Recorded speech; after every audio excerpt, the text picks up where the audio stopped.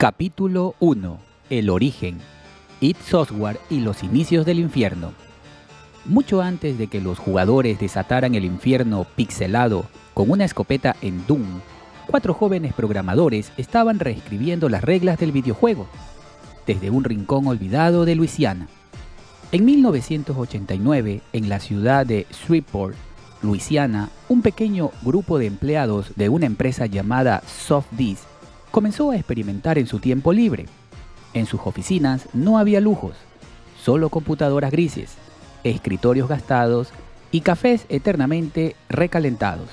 Pero lo que sí había era ambición y mucho talento. Ahí estaba John Carmack, un genio de la programación con una visión casi mesiánica de la tecnología. John Romero, un diseñador carismático y audaz, fanático de los videojuegos rápidos y agresivos. Tom Hall, el creativo narrativo del grupo, con un enfoque más cinematográfico.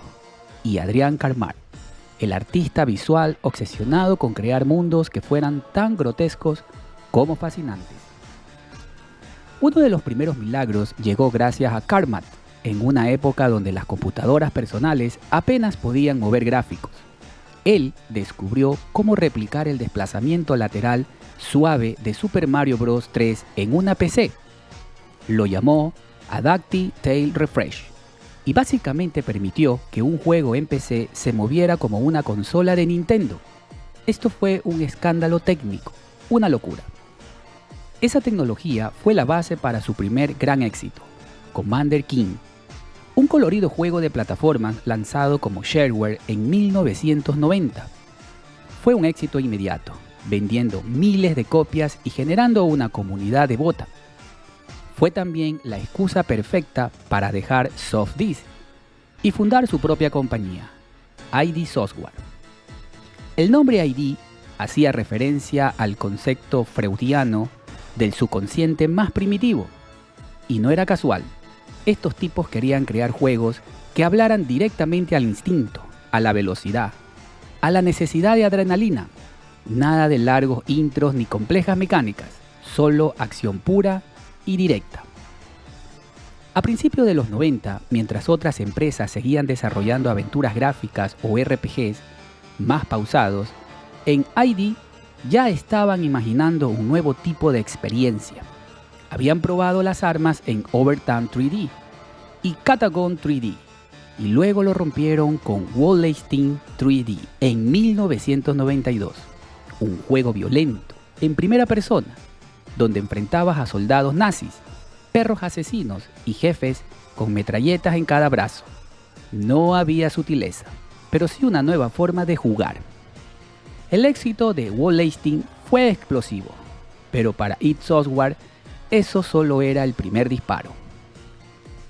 Estaban a punto de invocar algo más oscuro, más grande y más revolucionario que todo lo que el mundo gamer había visto. Un portal directo al infierno digital. Capítulo 2. Wolfenstein 3D, el proto Doom. Antes de que Doom nos enfrentara a demonios del infierno, hubo otro monstruo que asomó su cabeza en el mundo de los videojuegos. Un monstruo con uniforme nazi y ametralladoras dobles. Su nombre, Wolfenstein 3D. Corría el año 1992. Y mientras la mayoría de los juegos aún se desarrollaban en 2 dimensiones, id Software apostaba por una idea radical: meter al jugador dentro del juego. Ya no más controlar a un personaje desde arriba o de al lado. Ahora serías tú, en primera persona, con una pistola y sin compasión. Wolfenstein 3D fue más que un juego, fue una explosión. Inspirado en un clásico de los 80, id tomó el concepto y le arrancó toda la sutileza. El nuevo juego era directo, salvaje y violento. Jugarlo era como una bofetada digital. Empezabas en una celda, agarrabas una pistola y empezaba la carnicería. El juego usaba un motor creado por John Carmack que simulaba entornos tridimensionales, aunque en realidad todo era más simple. Las paredes tenían todos el mismo alto. Los techos y suelos eran planos y los enemigos eran sprites en 2D girando para darte la cara. Pero no importaba, la ilusión funcionaba. Por primera vez el jugador se sentía dentro de un mundo, podías explorar, correr por pasillos, sorprender enemigos por la espalda y lo más importante, podías dispararles en la cara a toda velocidad. No había que pensar demasiado, era matar o morir. El estilo artístico de Adrian Carmat le dio una identidad brutal al juego. Sangre por todas partes, cadáveres apilados, iconografía nazi sin filtros. Y sí, eso fue un problema. El juego fue censurado en Alemania y causó escándalo en algunos medios, pero como siempre, la polémica solo alimentó su popularidad. John Romero, mientras tanto, se convertía en una estrella entre los gamers. Su filosofía era clara: hacer juegos jodidamente divertidos. Y vaya si lo lograron. Wolfenstein 3D vendió millones de copias bajo el modelo Shareware, algo revolucionario. Te daban un tercio del juego gratis y si querías más, lo pagabas por correo. Un modelo que permitiría a Doom explotar poco después. Pero lo más importante no fue solo el éxito comercial. Wolfenstein 3D definió un nuevo género. Aunque el término First Person Shooter todavía no existía formalmente, todos sabían que habían presenciado algo nuevo. Un tipo de juego que no se parecía a nada anterior. Sin embargo, ID Software había abierto la puerta a una nueva dimensión de los videojuegos. Una que muy pronto se llenaría de sangre, fuego y demonios. Capítulo 3. El plan infernal. Nace la idea de Doom. Después del éxito de Wolfenstein 3D, los genios de ID Software no celebraron, conspiraron. Querían algo más grande, más oscuro, más peligroso. Lo que tenían en mente no era solo un juego, era una maldita invasión del infierno. En 1993, John Romero y John Carmack sabían que estaban frente a una oportunidad única. Wolfenstein había sido un experimento. El siguiente paso debía romperlo todo: tecnología, jugabilidad y estética. Así nació el embrión de lo que se conocería como Doom. La inspiración vino de muchos lados, pero todos igual de oscuros. Por las noches, el equipo jugaba Dungeons & Dragons, y en una de esas sesiones los personajes se enfrentaron a un ejército de demonios. Fue una masacre sangrienta. Romero se quedó pensando: ¿y si hacemos eso, pero en tiempo real? También había cine en la mezcla. Aliens, Evil Dead 2, The Thing Event Horizon. Películas donde el horror cósmico y la ciencia ficción se cruzaban. El resultado: una historia simple pero poderosa. Un experimento científico en Marte abre un portal al infierno. Solo tú sobrevives. Solo tú puedes detener la invasión. Tom Hall, siempre el más narrativo del grupo, escribió la famosa Biblia de Doom, un extenso documento de historia, personajes y contexto.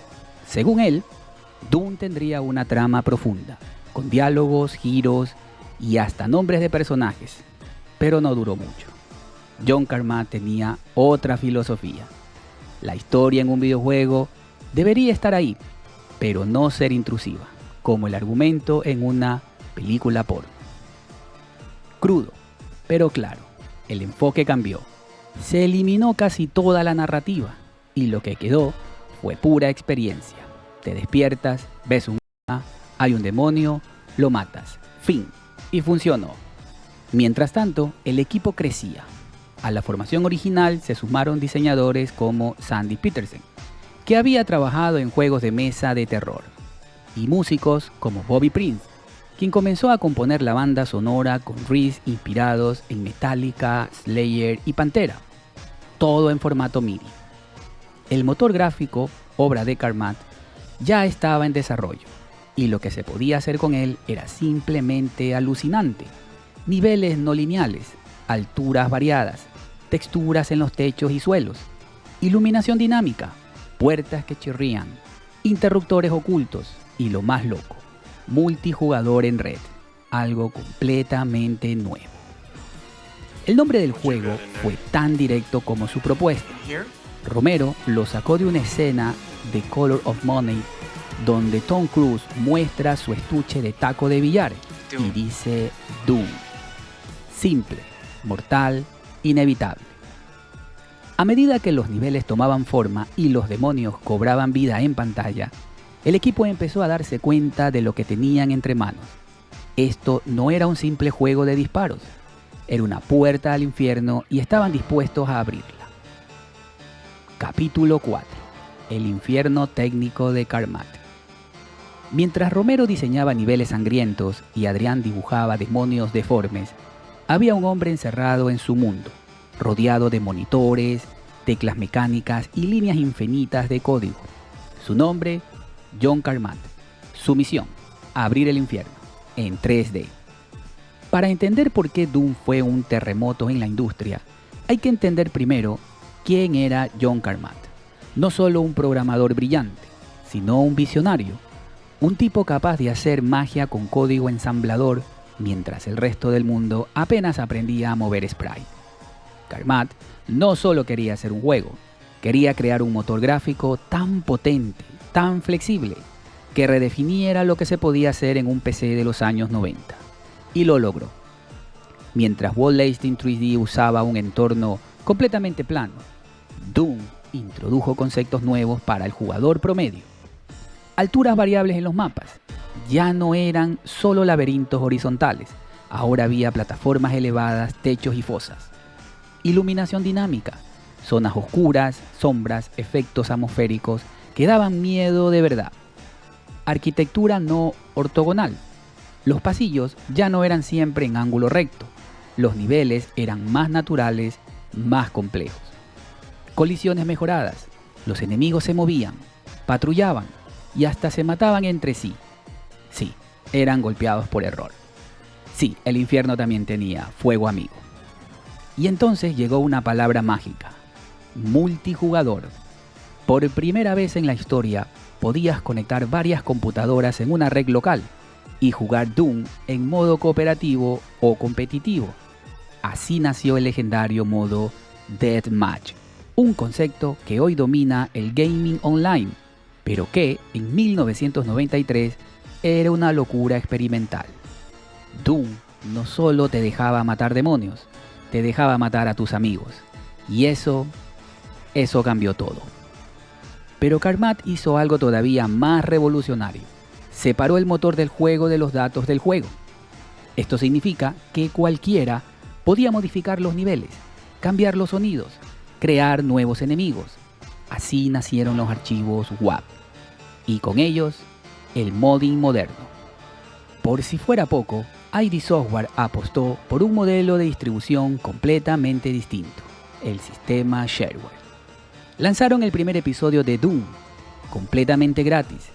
Si te gustaba, podías pagar para desbloquear los otros 2 episodios.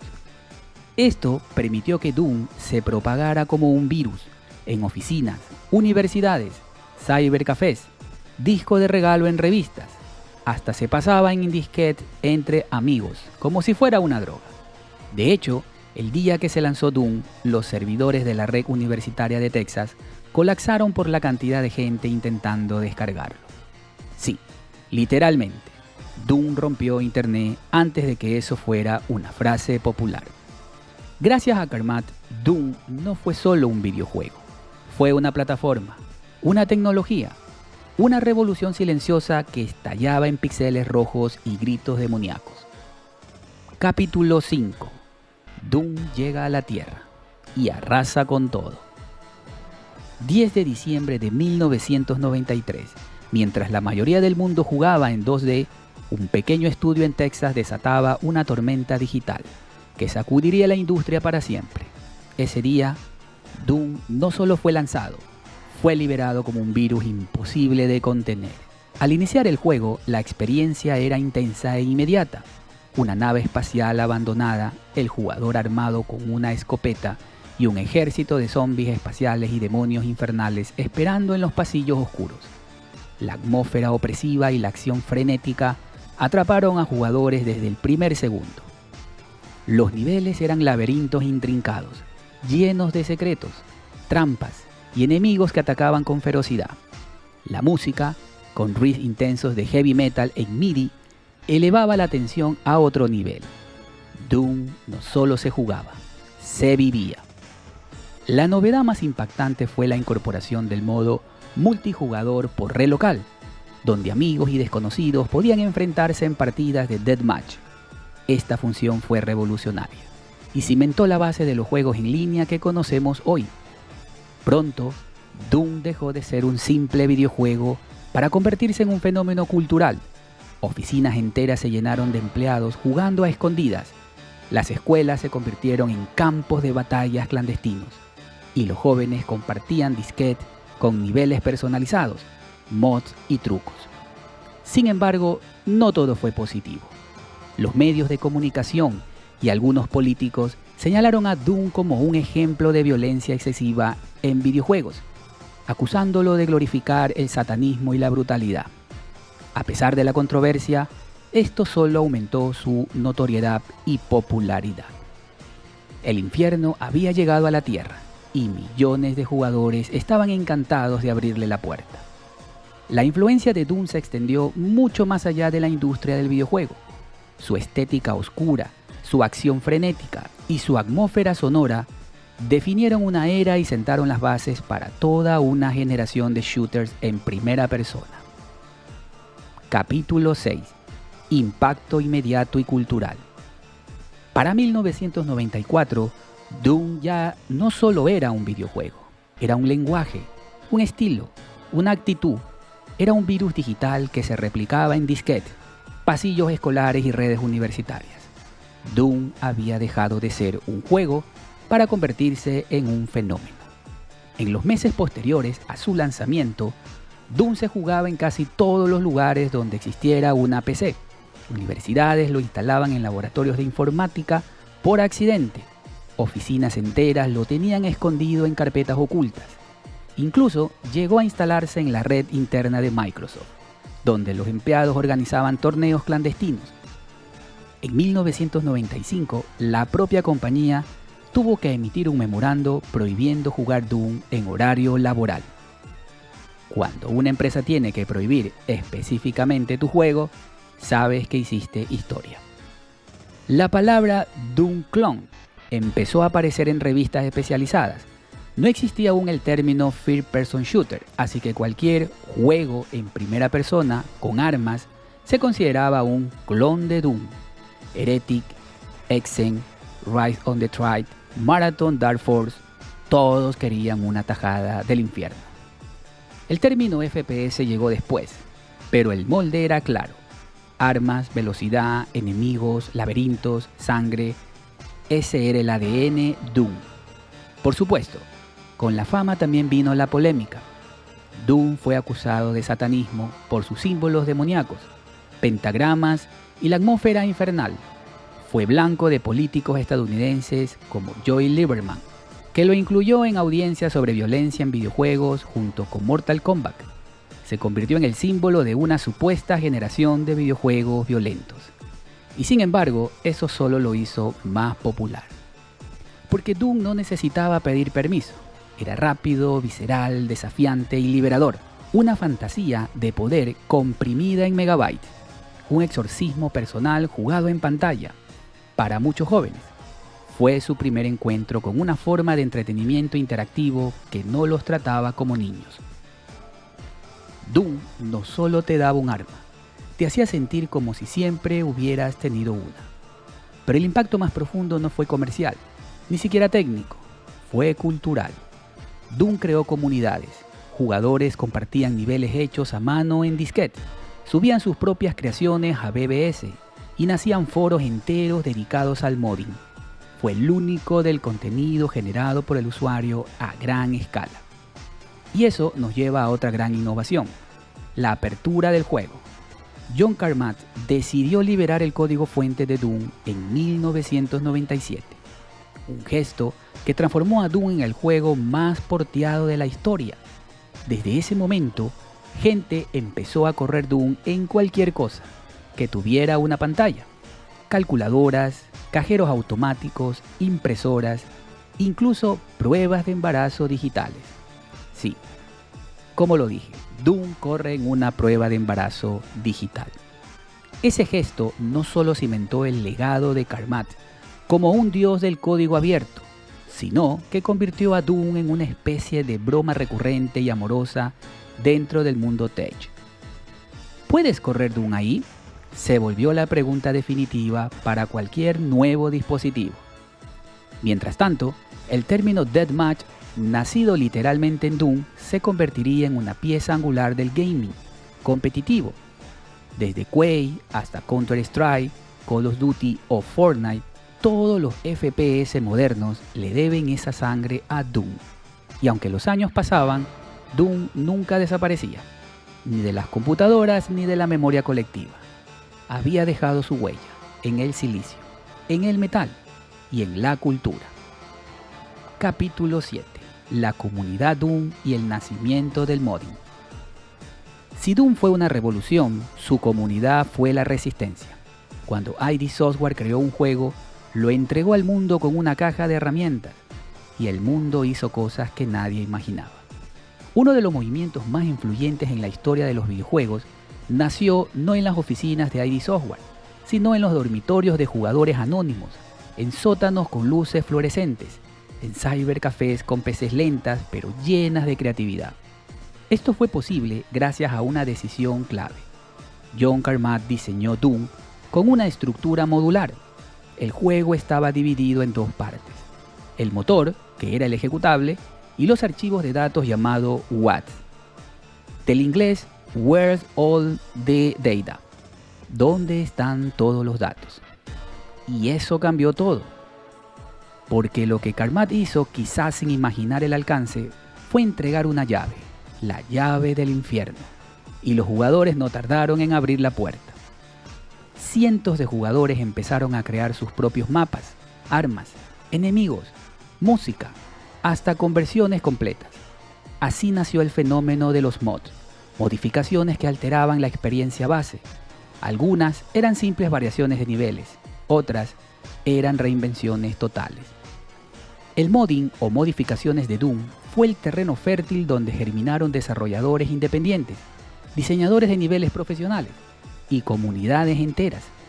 Sitios como Doom World o ID Games se convirtieron en bibliotecas vivas de creatividad infernal. Allí podías descargar campañas fan-made más ambiciosas que muchas secuelas comerciales. Algunos de los mods más famosos llegaron a ser leyendas. Brutal Doom, una versión ultraviolenta y actualizada, con desmembramientos físicos mejoradas y mecánicas modernas. Doom RPG, Alien Doom, Batman Doom, GoldenEye 007 Doom. Y si algo existía, alguien lo recreaba en forma de WAD. Incluso habían mods humorísticos, Doom con Barney el dinosaurio como enemigo, y con armas que disparaban gatitos. Porque sí, el infierno también puede ser absurdo. Y luego estaban los ports no oficiales, conocidos como Source Port, Z Doom, GZ Doom, Chocolate Doom, Pere Boom. Estos esperaban la compatibilidad con sistemas modernos y expandían posibilidades gráficas sin alterar la esencia del juego. Gracias a ellos, Doom podía jugarse en resoluciones HD, luces dinámicas o soporte para control. Pero tal vez el fenómeno más curioso fue la obsesión de correr Doom en cualquier cosa que tuviera una CPU. Esta cultura de experimentación, juego y caos fue la semilla de movimientos como el speedrunning, el ROM hacking y hasta el desarrollo de juegos indie modernos. Mientras otras franquicias morían, Doom sobrevivía. No solo por lo que fue, sino por lo que permitía ser. Porque en el fondo, Doom no era solo un juego. Era una herramienta para crear más juegos, más historias, más mundos. Una caja de arena, un lienzo sangriento, una puerta que nunca se cerró. Capítulo 8. El legado. Doom como fundamento del FPS moderno. Doom fue más que un juego. Fue una explosión tectónica en la historia del entretenimiento digital. Y aunque muchos juegos han aparecido desde entonces, todos caminan sobre las cicatrices que dejó ese infierno pixelado en 1993. Cuando se habla de Doom, no se habla solo de nostalgia, se habla de ADN, porque cada first-person shooter moderno, desde Half-Life, Halo o Call of Duty, hasta Fortnite, Overwatch, le debe algo a Doom: su ritmo, su perspectiva, su violencia estilizada, su diseño de niveles o incluso su simple lógica de ver, disparar, sobrevivir. El concepto de gameplay primero, que hoy es mantra en cientos de estudios, fue defendido a muerte por John Carmack y Romero. No importaba la historia, no importaba el realismo, importaba cómo se sentía disparar esa escopeta. Y esa filosofía sigue viva. Pero el legado va más allá del diseño. Doom fue el pionero del multijugador competitivo en red. Hoy tenemos servidores dedicados a eSport multimillonarios, clanes y rankings globales.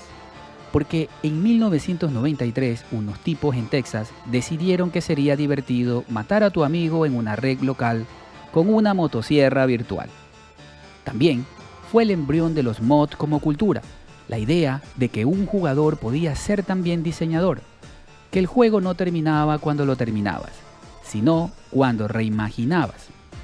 Hoy vemos eso en Minecraft, Roblox, Skidding, Garry Mod e incluso Fortnite Create. Todo nació ahí, en esos primeros WAPs. ¿Y el código abierto? Carmack no solo creó tecnología, también liberó sus motores, impulsando el conocimiento comunitario. Gracias a esa decisión, una generación entera de programadores aprendió a codificar, experimentar y construir. Muchos de los que hoy crean los juegos que amas comenzaron haciendo mods para Doom.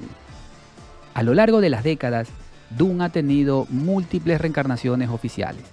Doom 64, Doom 3, el renacimiento brutal y estilizado de Doom en el año 2016 y el caos sinfónico de Doom Eternal en 2020. Cada una reimaginó el infierno a su manera, pero ninguna olvidó el legado original: velocidad, violencia, libertad y estilo. Doom también se convirtió en símbolo, en chiste interno, en estándar de mediación. ¿Tu horno de microondas corre Doom? No, pues es una basura. Los memes, los mods, los por imposibles, los videos de speedruns, los conciertos con la banda sonora. Doom vive en mil formas. Y vive porque nunca dejó de ser divertido. Puede que los gráficos cambien, que los motores evolucionen, que las plataformas se multipliquen, pero cuando tomas el mouse, escuchas ese ruido metálico y ves a un demonio acercarse, entiendes que Doom nunca murió, porque Doom no es solo un juego, es un género, es un grito, es una forma de jugar, y el infierno aún no ha terminado con nosotros.